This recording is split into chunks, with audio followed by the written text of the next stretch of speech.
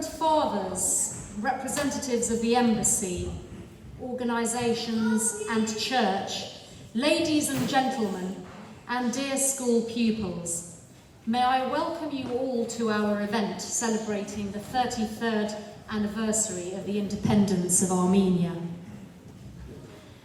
The evening promises to celebrate Armenian independence with our pupils and talented musicians, showcasing the very best of what our culture offers. However, at the same time, our distinguished speakers will put all of this into a sobering perspective with the plight of Artsakh and its people. Before Dr. Garen Arevyan, Chair of the Armenian Community Council of the UK, gives his inaugural speech, may I ask for everyone to stand for our two national anthems.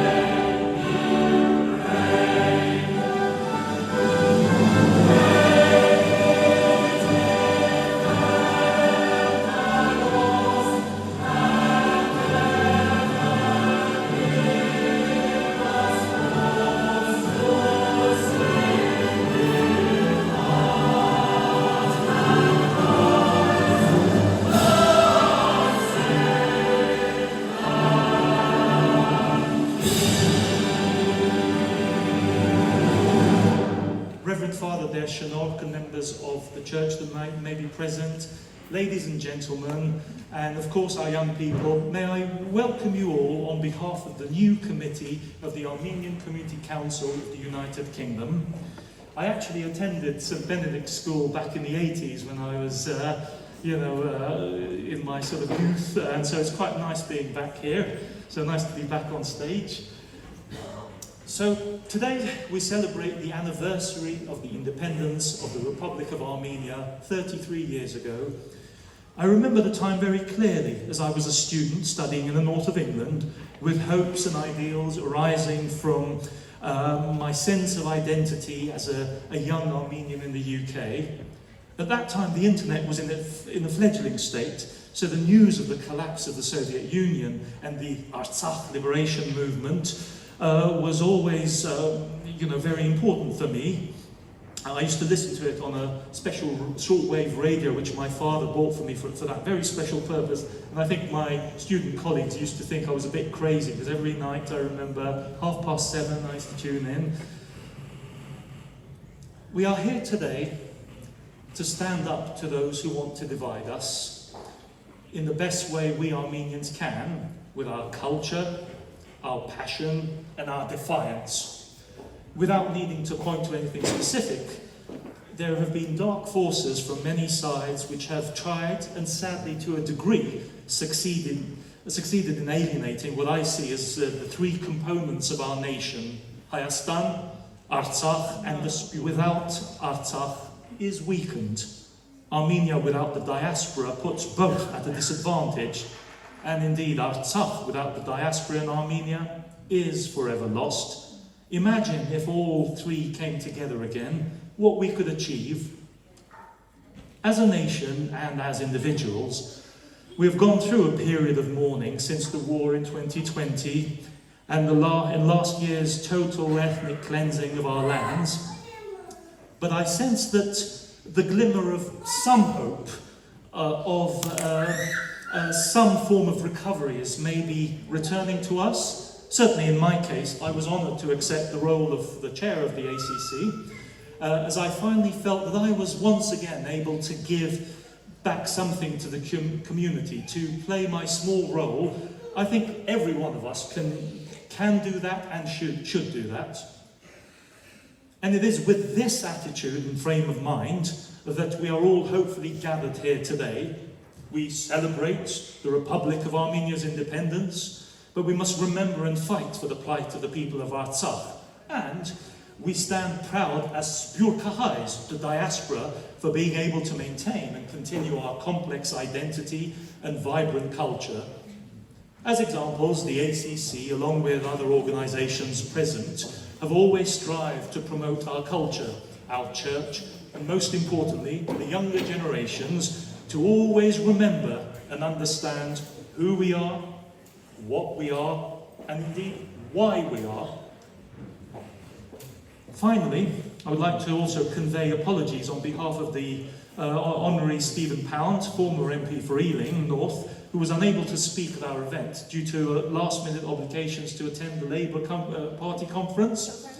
However, thanks to our efforts by the committee and associates, he will be expressing our community's outrage to David Lammy's recent statements on how Karabakh was liberated, totally overlooking the 100% ethnic cleansing which took place only 12 months ago, and the fact that those Armenians had fought for their self-determination in lands that they had lived on for millennia.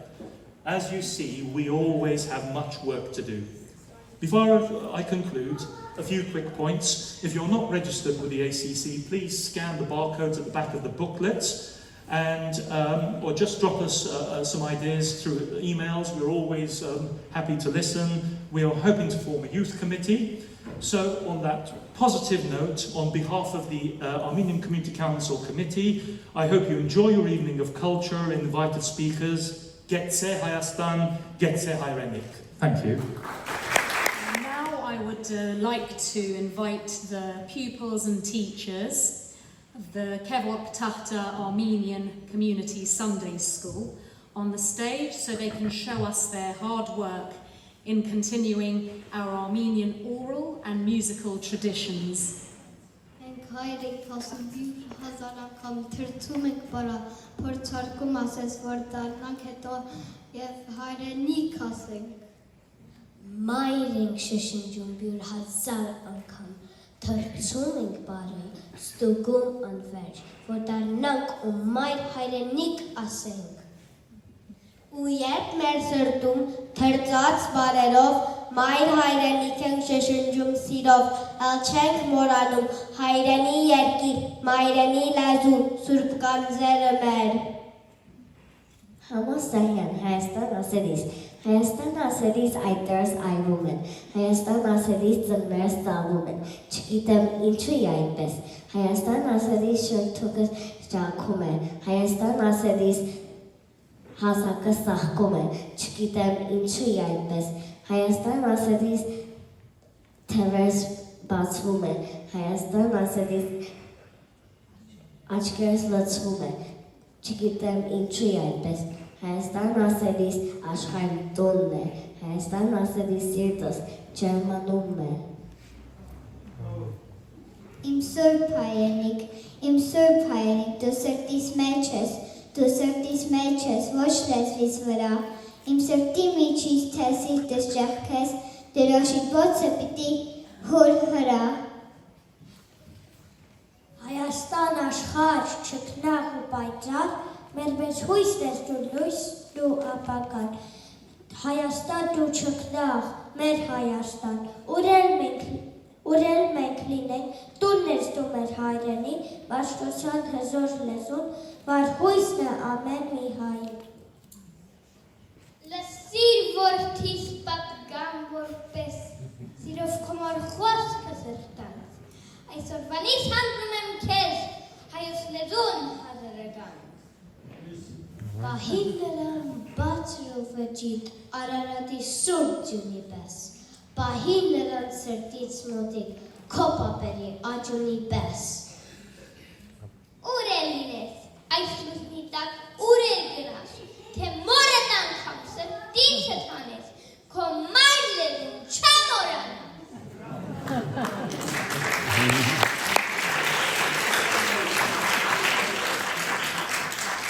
Ես սիրում եմ քեզ, իմ հայ ժողովուրդ, քեզ, որ լեռներում այս բարձրիկ ու լուրջ, ապրել ես թարեր մաքարել, ու քո ջախը միշտ վար ես պահել, ապարաշ քարից հրաշք ես մանում, նոր ձև տալիս քո հին մարմարուն, կյանքիդ քարունը քանթակում քարից, ու քո վաստակով, քո գոթողներով, քո մատյաներով, սիրո թողերով, քո նոր լույսերով, քո փեր ու փարով, կանգներ ես հպարտ լեռներում մեջ լուրջ, ես սիրում եմ քեզ, իմ հայ ժողովուրդ։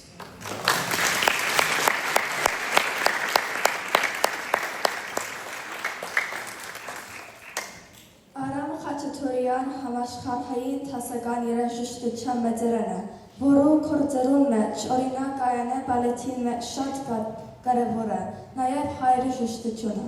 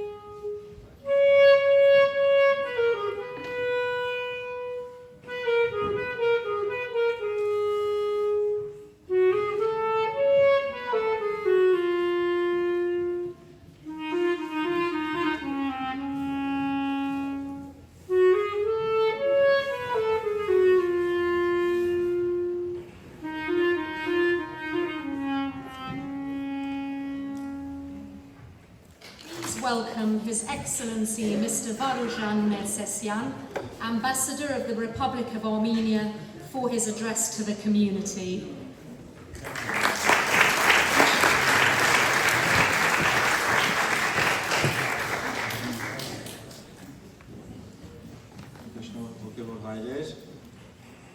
Hi, distinguished member of the British Parliament, my good friend Rupa Haq, and members of the Armenian community in the United Kingdom. First of all, allow me to sincerely congratulate all of us with 33rd anniversary of the Republic of Armenia's independence. This is a very dear date to all of us, and celebrating here, celebrating in Armenia, and across the worldwide Armenian communities. Today we celebrate one of the highest and dearest achievements to all Armenians, the restoration of the statehood after the collapse of the Soviet Union. This very day I remember when I was a young boy, still studying in the school, what was the mood in Yerevan, in the streets of Yerevan. It was a total celebration of the referendum of IO, yes referendum in Armenia, because it reflected the aspiration of the Armenian people. It reflected the centuries-old aspirations that we were with high hopes and aspirations in the streets of Yerevan, and everybody who was visiting those polling stations, I remember it still very, very well. How was the mood? And how were the expectations? Because for long centuries we didn't have statehood. We lived under the tutelage of different empires, no matter how strong Armenian people wanted to have their own statehood. And this chance was given us in September 1991. And today is 33 years with ups and downs, with so many difficulties we have overcome. We celebrate the independence and sovereignty of the Republic of Armenia. And this is not only a day for remembering, for celebration, but also paying tribute to all our fallen heroes, all those who gave their lives to the Republic of Armenia, to Artsakh. Of course, today we also remember with very bitter feelings in our hearts the loss of part of our homeland, Artsakh, last year as a result of a brutal ethnic cleansing by dictatorship in Azerbaijan. But the modern Republic of Armenia, again, remains the hope. The statehood remains the hope for the Armenian people. Strengthening of the Republic of Armenia is our utmost task, unifying all our forces of Armenia, of diaspora, to strengthen the modern Armenian statehood, by all means. Because this statehood is sacrosanct. We need to keep and maintain and strengthen this statehood by all means, including through the help of our friends, including with the help of our friendly countries. Today, Armenia faces many challenges, but also our government does its utmost to overcome, to work, and to overcome those challenges. I wanted also to express my thanks to the British Armenian community for standing next to Armenia since our independence. We know on how many occasions this community has been next to Armenia, next to Artsakh, and helping. I wanted to express our deepest thanks. Today, symbolically, also in Yerevan Museum, History Museum of Armenia, there is a very interesting exhibit started, but the main artifact of that exhibit arrived from London. The head of the statue of the goddess Anahit. Anahit, that's what we arrived in Armenia, finally from London, from British Museum in London. And this is a historic opportunity, a very symbolizing also the friendship between our two people.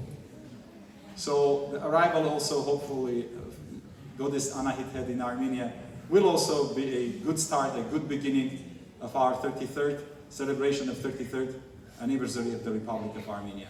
Once again, thank you very much for this celebration, but above all, I wanted to thank these beautiful children who dedicated their poems and interesting pieces from Armenian poetry. Thank you very, very much, and happy Independence Day of the Republic of Armenia. Thank you.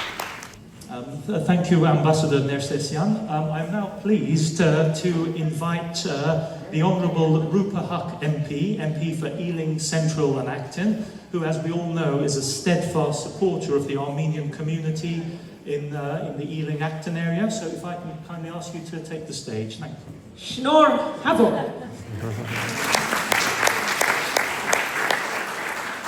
Friends, it's very good to be here. I'm sorry you didn't get Stephen Pound, the former MP, but bad luck, you get the current MP instead.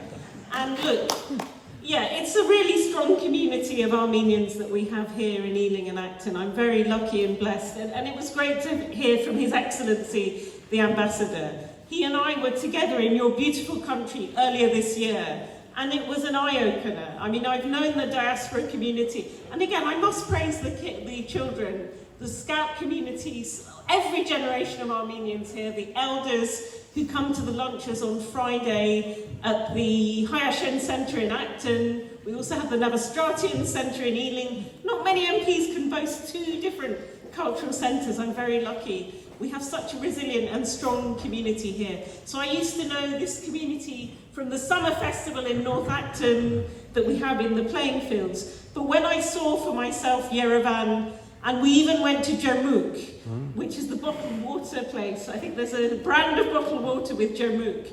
But we went and we saw the monastery in the mountains that has been so under attack. Really, you have to see with your own eyes to see what a resilient, strong people that the Armenians are. They have suffered many pogroms, many displacements, all these things, and we see it up to today in Nagorno-Karabakh and the Republic of Artsakh. We know that the 1915 to 23 extermination of up to 2 million, I think historians say, should be classified as a genocide. And this is something I've spoken about in the UK Parliament. We know Joe Biden has done it, our closest ally. So I'm hopeful, this is made of wood, right?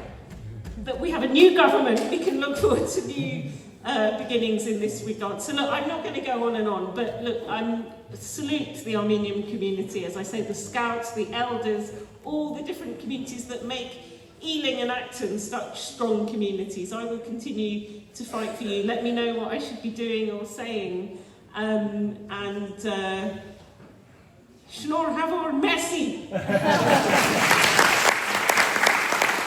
I now invite the pupils and teachers of the Armenian Language Saturday School to take the stage so we can see more magnificent hard work and preparations.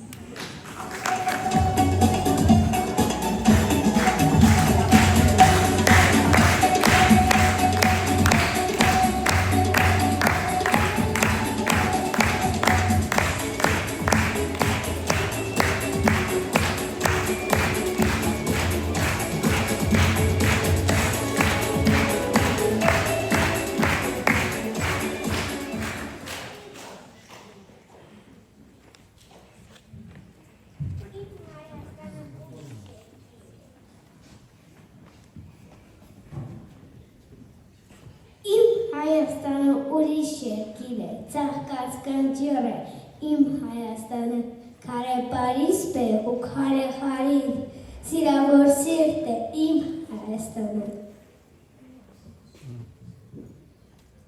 Իմ Հայաստանը ուրիշ երկիր է, լուսաշող ծիր է իմ Հայաստանը, ամրագույն ժայր է, դրախտավայր է, ինձ հայր ու մայր է իմ Հայաստանը։ Խոսիր Հայաստանում, այստեղ ամեն գագաթոծոր արձագանք է տալիս զոր և քո խոսք է հերվ տանում։ Թվարի են խոսքերը քո, հայոց լերները ակնածակով կխոնարհվեն քո դեմներին, բան շխրցած քո ձեռքերին, իսկ թե չար են լերները մեր, դա բխի բերելը անմեր, որ լերել են, բայց չեն նջել։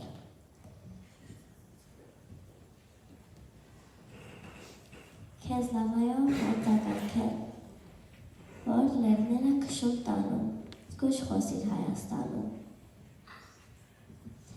Մեր հայրենիք, մեր Հայաստան, մեր հայրենիք, երկինքի չակս իրեմ քեզ, մենք դեռ փոքրիկ, շատ ենք փոքրիկ, փայծ Արմենը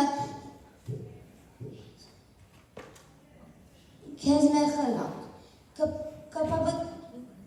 գիտենք, որ հանքին օրերուն, թշնամին քեզ շատ են եղած, քեզի բեռասմա խոյելուն, սավները քեզ մեխլած, կպապակին շուկը մեծնալ, ու մարեկան ջանքիր գտքալ, քեզի համալով կործնել և արժանի զևակալալ։ Սա իմ երկիրն է, չափերով այնպիսին, որ կարող եմ վերցնել հետս, թե մի հեռու տեղ գնամ, փոքրիկ ինչպես ծերացած մայր, փոքրիկ ինչպես նորածին զավակ, իսկ քարտեզի վրա ընդամենը արցունքի մի կաթի։ Սա իմ երկիրն է, չափերով այնպիսին, որ ազատորեն տեղավորել եմ սրտիս մեջ, որ չգործնեմ հանկարծ։ Հողի շերքշուրթին ոսկևոր միարդ, երկնքի շուրթին սրբակալ հիվանք, երկիր իմ խոնար, երկիր իմ հպարտ, հողու ոգու դու խոստովանանք։ Հողմեր են ծուրել հավարջորը, ծծանան այս արտը և այդ վանքը քարը։ Հողի շուրթին դարձել ես թորեմ, երկնքի շուրթին ծարձել ես նարեկ։ Իմ քաղցրանուն, իմ բարձրանուն, իմ տարապանց, իմ փարապանց, հների մեջ դու ալեհեր, նորերի մեջ նոր ու ջահեր։ Դու կիսավեր ամրոց ու պերտ, մագաղացյա մատյանի թերթ, դու զբարտնոց ավեր տաճար, կոմիտասյան ծիրանի ծար, դու ջրաղած խորունգ ծորում, դու հորովել անուշ ծորում, փայլ գութանի արծաթ խոփի, դու ներ, նիզակ, մկունդ, կոպիտ, դու հայրենի ծխանի ծուխ, դու անգիրվև, դու սասնա ծուխ։ Իմ փարապանց, իմ տարապանց, իմ բարձրանուն, իմ քաղցրանուն, դու մրգերի շտեմարան, ոսկեվազյան գինու մարան, դու թավշե դեղց, դու փրփուր հաց, արտաշատյան խաղող սավաճ։ Որքան քու շուրջդ մոլեքնին սավեր, իմ հրաշալի երկիր նայրի, որքան ար տեսնես թավեր ու ավեր, պիտի վեր մնա քուջակա դրպարի, թուն հավերժության քախնիկն ունիս, իսկ արմատները չինչն և մաքուր, և քու հասակդ արարատ մասիս, և աղոտներդ խոսկեր խնկապյուր, հավատքդ անի չկրատվյավեն, բարձր սևանդ մգրտության ծով, քո երկինքդ մովքո ինքն եթեմ, թուն չես քարծունքի յաթախներով, թուն օրան եղար մարդկային սեղի, թուն չես կործածնի երկրիր արարատ։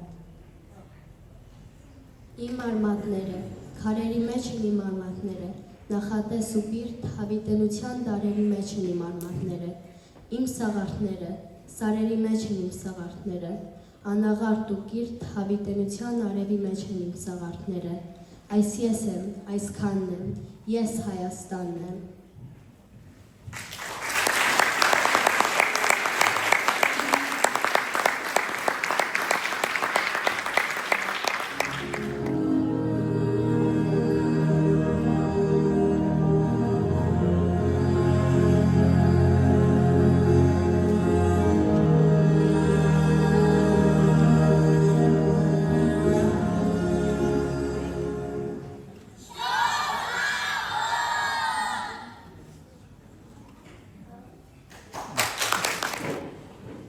We are especially grateful to the talented musical husband and wife team, our violin virtuoso Ani Batikian and composer and pianist Roland Roberts, for further enriching our evening with 6 famous pieces of music.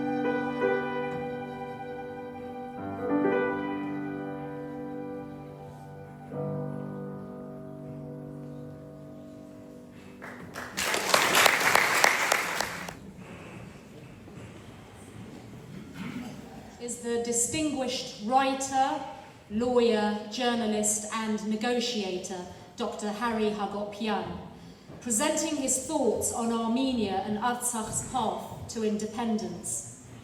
Harry was executive director of the campaign for the recognition of the Armenian genocide, CRAG, a chapter of the ACC, where alongside his colleagues, the team secured formal genocide recognition in Scotland and Wales. He also served as ecumenical, legal and political consultant to Archbishop Nathan Hovhannisyan in the UK and Ireland. Earlier during the Oslo process, he had served as special consultant to his Beatitude Torkom II in Jerusalem.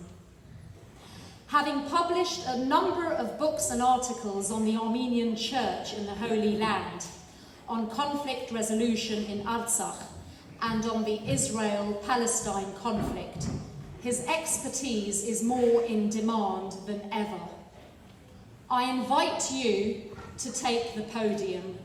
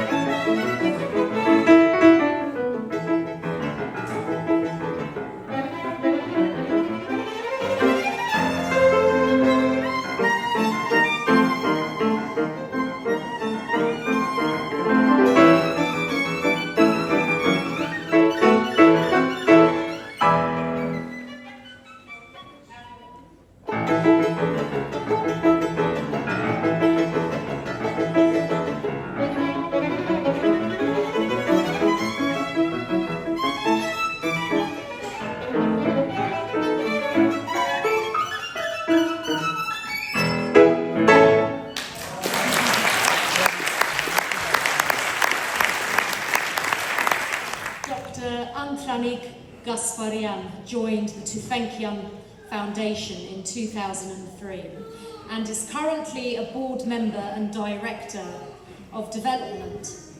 He has been pivotal in ensuring that the people of Artsakh have benefited to the full from the many projects he has been in charge of. I am pleased to invite him onto our stage so he can convey his experiences and present Tufenkian and ACC UK's flagship charity project of the year. Thank you very much, Gayane. And thank you all for this excellent program so far. I hope I can contribute to it in some small way. Actually, I have to sympathize with Harry Hakopian. I just had cataract surgery myself, so I'm going to try to go it without my glasses. My glasses are just an ornament at this point. Your Excellency, Ambassador Nersessian, Honorable MP Rubahak, Honorable Father Shanurk, ACC board members and friends. It's a pleasure to be here, back in London, where I've made many acquaintances and colleagues over the years, and especially the Armenian Community Council of Great Britain, with whom the Tufenkian Foundation has collaborated on a number of projects over the years, including the Lachin Corridor, which we tried to fortify through resettlement and economic development activities. So we treasure that collaboration and are very happy to renew it with you, which we'll discuss toward the end of my talk. As our MC aptly noted, this is, of course, a time to celebrate, but I think it is also a time for sober reflection.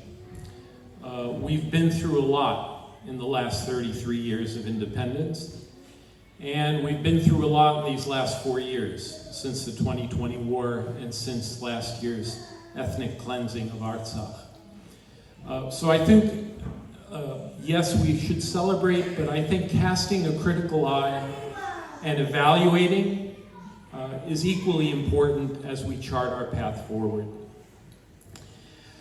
I will say that I came of age in the 1970s and 80s at a time when the Soviet Union was still in force. And for many of us growing up in diaspora at that time, independence was still a dream. Independence was something that we treasured, but it was an abstract notion.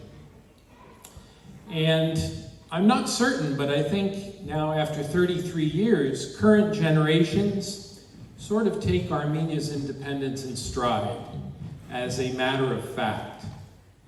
I get it, but I worry because Armenia is in a particularly vulnerable and precarious situation today, and none of us can afford to take its independence for granted. I think when I was growing up, often holding the flag and displaying our Armenian patriotism was enough. As somebody said earlier, we were very good at talking the talk prior to Armenia's independence. Now, 33 years into independence, we've got to get better quickly at walking the walk. And I will give you a small example of that.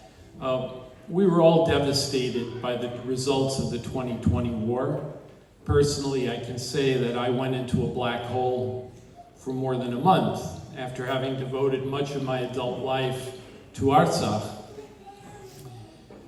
But as I came out of the black hole, I once again engaged with media, with interviews, with news reports. And I recall an interview that was given by Levon Zurabian, who was the assistant to former President Levon Bedrosian. And I found it very interesting. I don't always agree with Levon Zurabian, but in this case I did.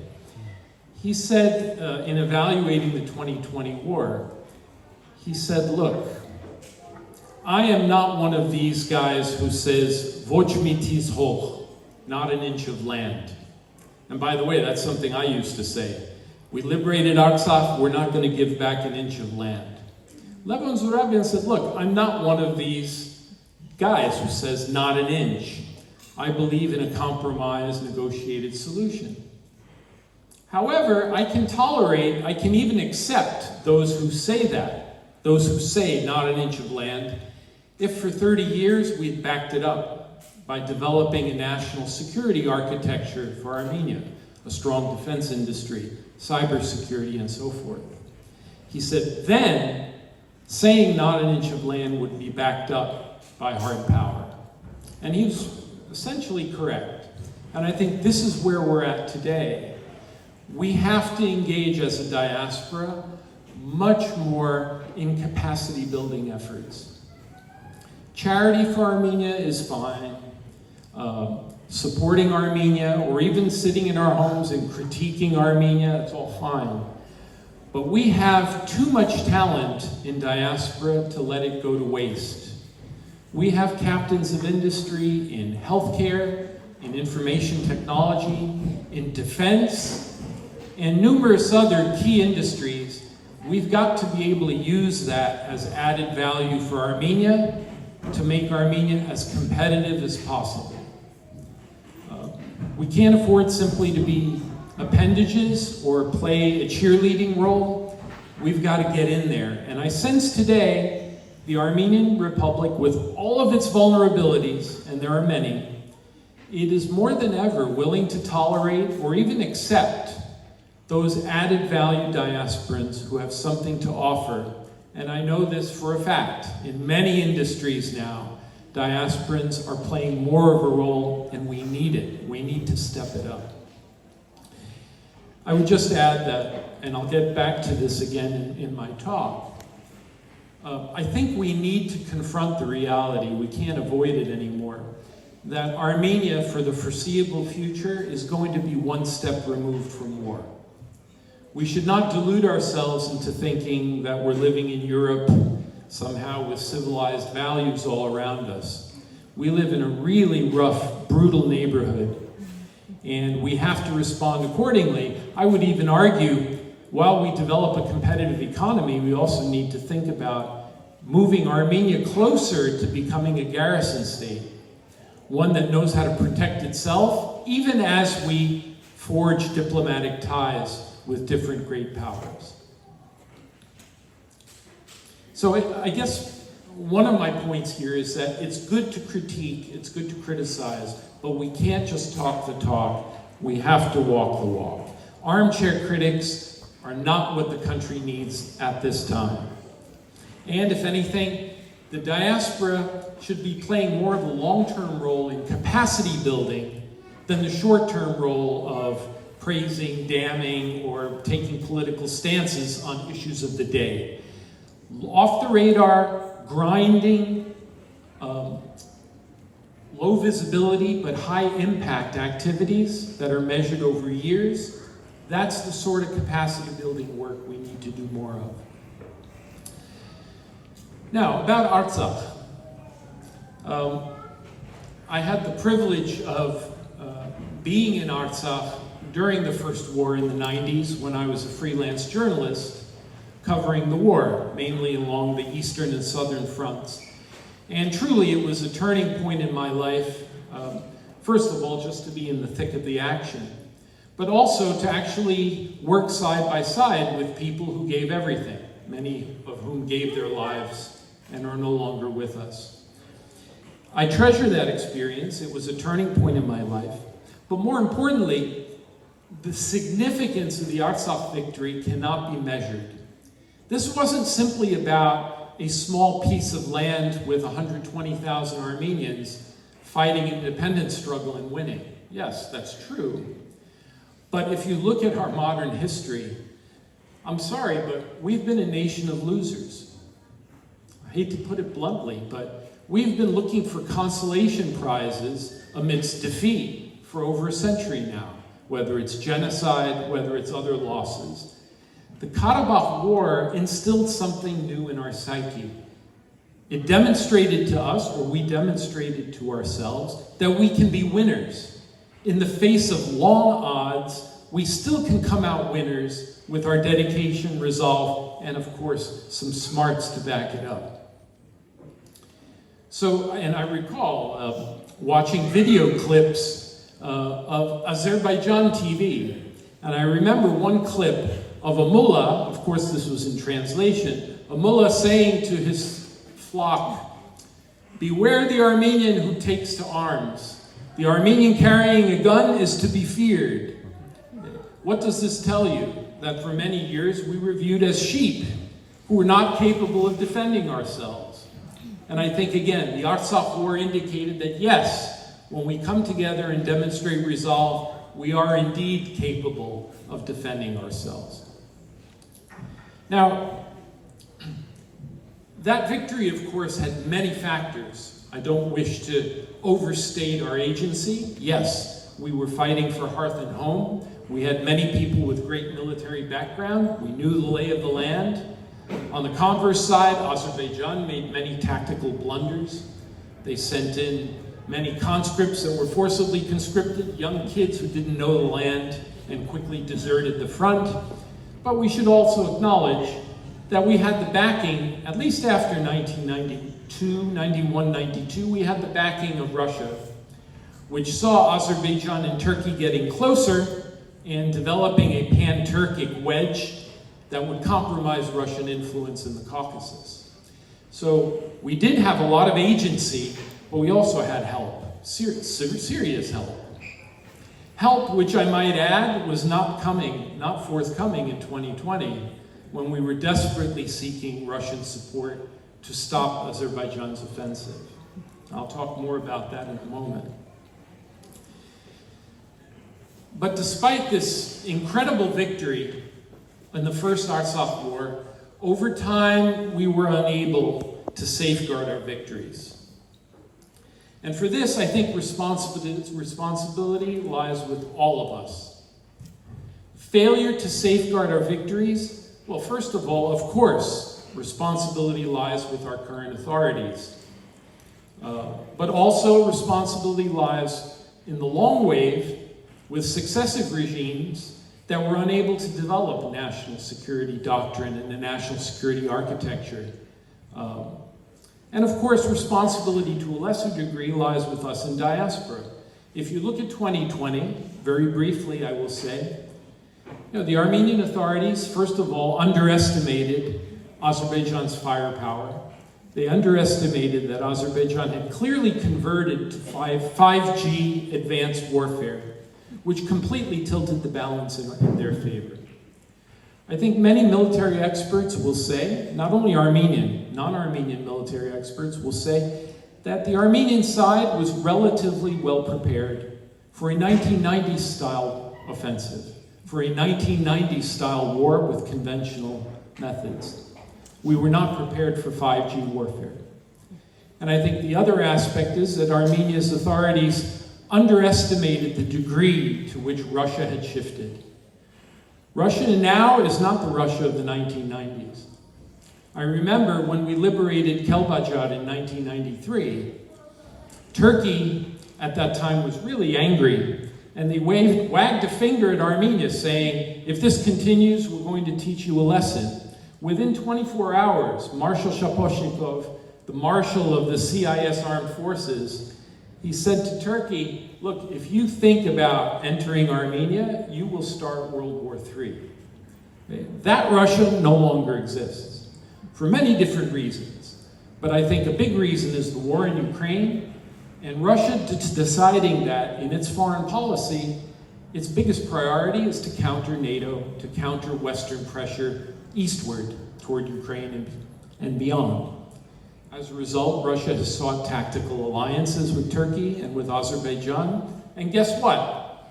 Armenia doesn't really measure up to Turkey and Azerbaijan in Russia's calculations. So I think in 2020, the Armenian government underestimated these factors and to the degree to which Russia had shifted.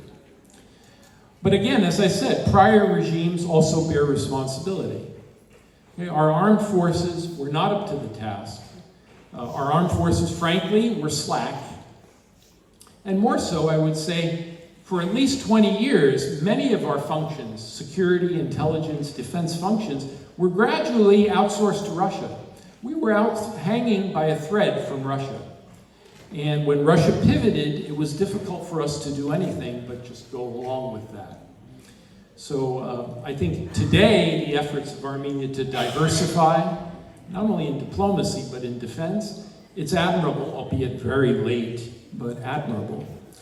I also remember during the 2020 war, frankly, our diasporan organizations, we tried, but you don't get an A for effort in this kind of war. Okay? We tried, but our lobbying efforts largely either fell on deaf ears or was met with lip service. We got a lot of lip service all around. So we all have to do better to different degrees. in dealing with the new and rough neighborhood we live in. Now let me talk briefly about the events of 2023.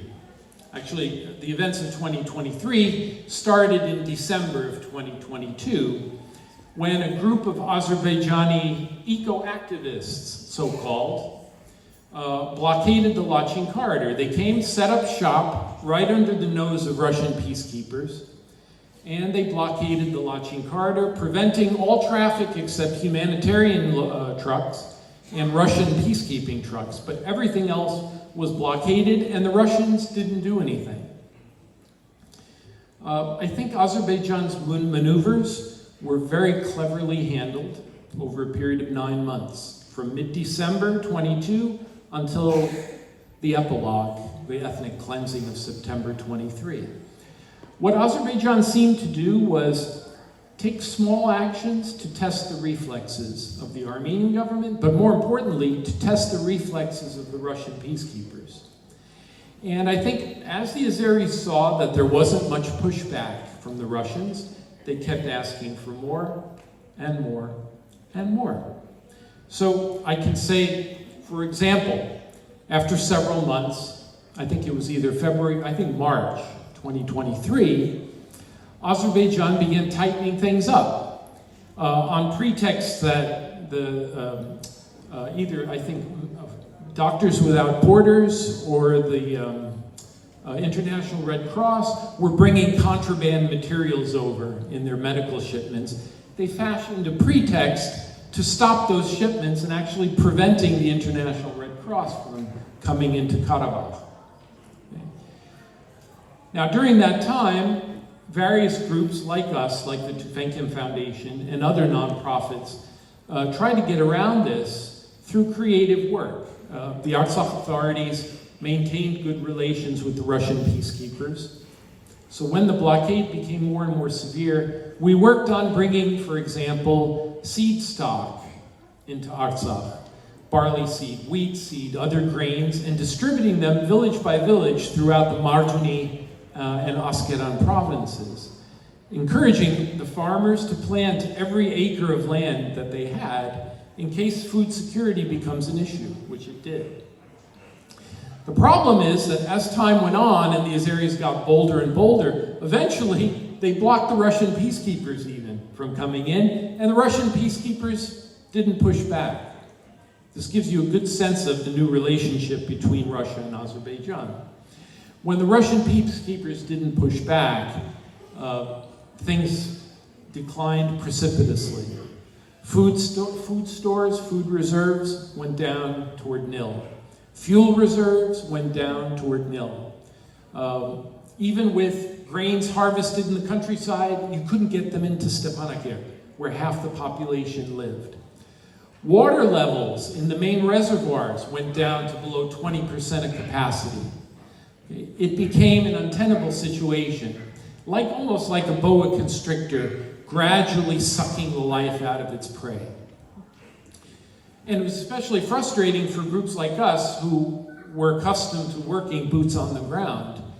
The last 2 months, in August and September, we were reduced to organizing consulting groups that held Zoom calls with the different ministries to give them tips on how to conserve water, how to conserve food, how to do other things so that they could hold out until a solution could be found.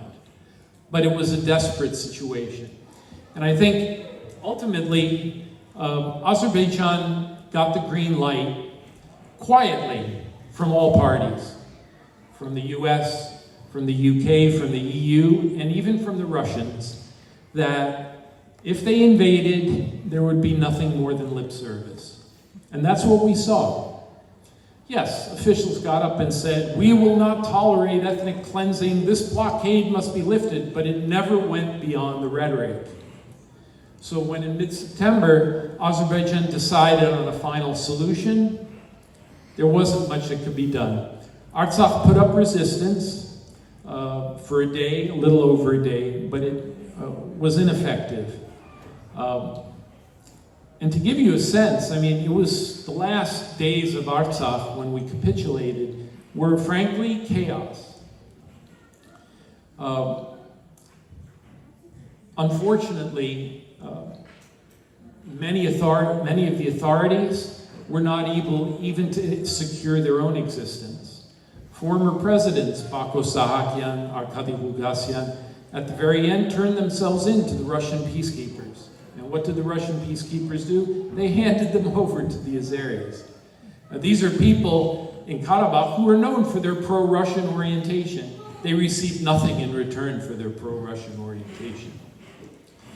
But the last days of Artsakh were pure chaos. I know this because our staff, we have a small staff of about 12. 3 of them are in Armenia, the rest are in Artsakh. They all came out of Artsakh as quickly as they could. Many of them burned their files so that no one would be able to, or burned their hard drives so no one would be able to make use of them. We lost one of our staff members in that unfortunate gas explosion, which also was a result of chaos. If you haven't heard, the Stepanakert fuel depot was the main depot where people were supposed to get their rations of gasoline so they could drive out of the enclave. Well, in the anarchy, the people who were running the depot were gone. They were AWOL. Some people broke into the depot, breaking through the locks. It was cash and carry, or catch as catch can. People were huddling around, many of them smoking cigarettes. And eventually a fire detonated the fuel into a massive explosion that killed many dozens of people, some of whom have not been identified to this day. It took us 3 weeks to identify our own employee, our own field coordinator. Anyway, as you probably know, either by reading or seeing the imagery, it was a horrible trek out of Artsakh to Armenia. I think that Artsakh, both the officials and the civilian population, understood that this was a one-way trip out. You know, the Azeris talk about how anyone who wishes to accept their rule can stay inside of Artsakh. Well, that was a devil's bargain. I think everyone understood that this was game over, at least for this chapter. And so what could we do? Well, for those of us who were on the ground, we simply tried to help as best we could.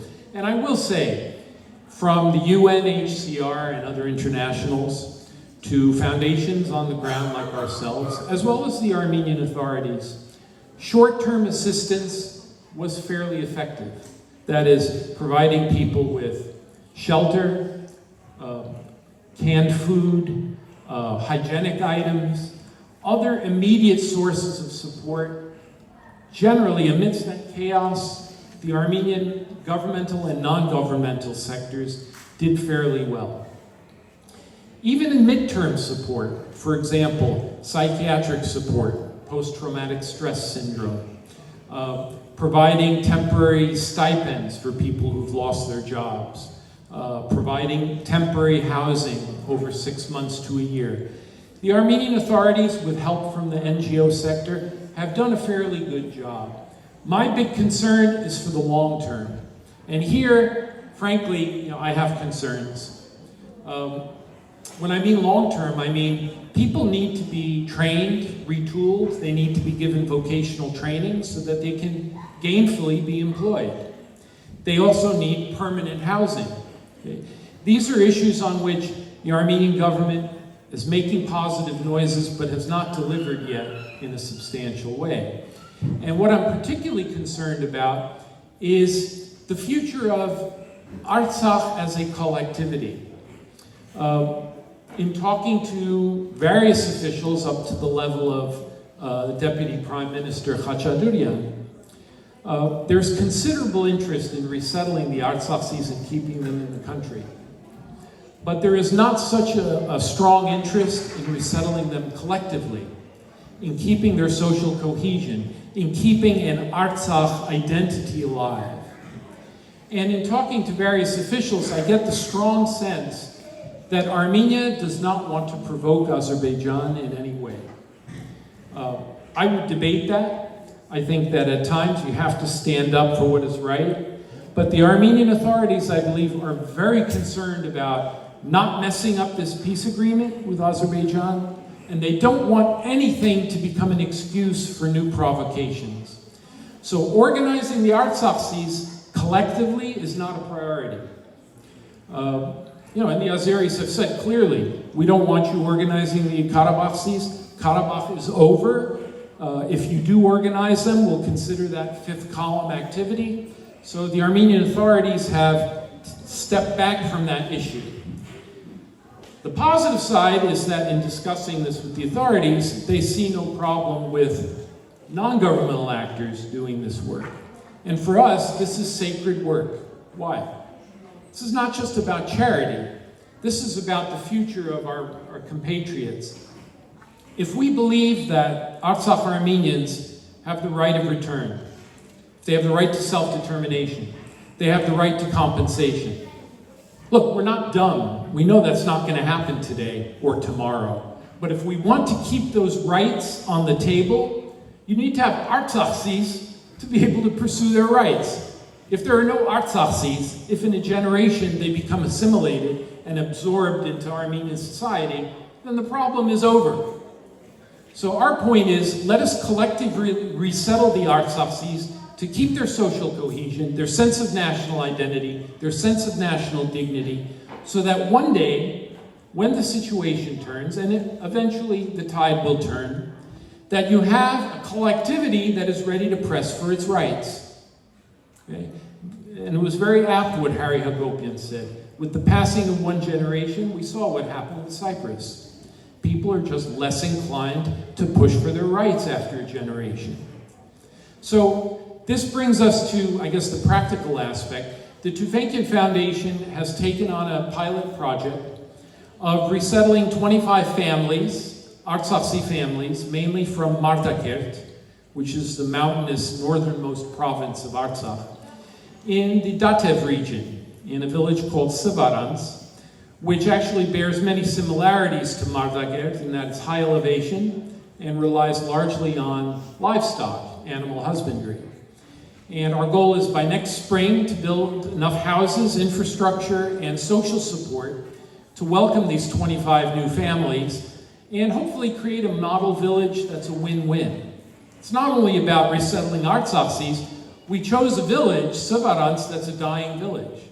It was a village that once had 500 inhabitants, now it's down to 100, mostly people over the age of 50. We're trying to inject new life into the village, and the villagers have responded very well. Of course, we have to be smart about it. If we bring in the Artsaksis and give them houses and give them this and that, without giving anything to the existing villagers, they'll get ticked off. They'll get jealous. So we are providing for the existing village as well. But the idea is to create a pilot project will demonstrate that it can be done, proof of concept. We're doing it deliberately in the Sunnik region, southernmost region, because Sunnik today, in a sense, is the new frontier. If you look at Azerbaijan's rhetoric, they talk about Sunnik as Western Azerbaijan. They make no pretense of their appetite and their ambition to take that as well.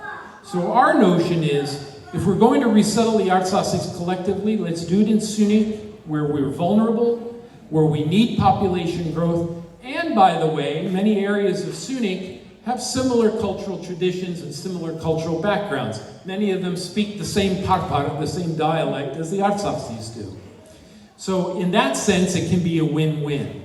So as part of this pilot project, I met with Garen Arevyan and members of the ACC board several months ago, and we discussed how we might collaborate, and to my great pleasure, the ACC is embarking on a small joint project with us to provide agricultural equipment that we can lease out to the villagers at cost, at very low cost, so that even the most humble villager can till their land in the surrounding village areas. And hopefully in that way, we can contribute to their prosperity and keep them on their lands. So this in a nutshell is what we're doing on a practical basis. I went from very broad political statements down to very narrow practical statements, but I hope you'll understand this is all of a piece. These are all working together. And if I can go back to the beginning, walking the walk is just as important as talking the talk. So, miasim kalem. Shmagalutun. Final opportunity to thank all our guests and sponsors for supporting and attending our celebratory event. And all the school pupils, musicians, dancers, and invited guests. And also a thank you to the organising committee of the Armenian Community Council themselves for all the months of hard work they put into make this a success.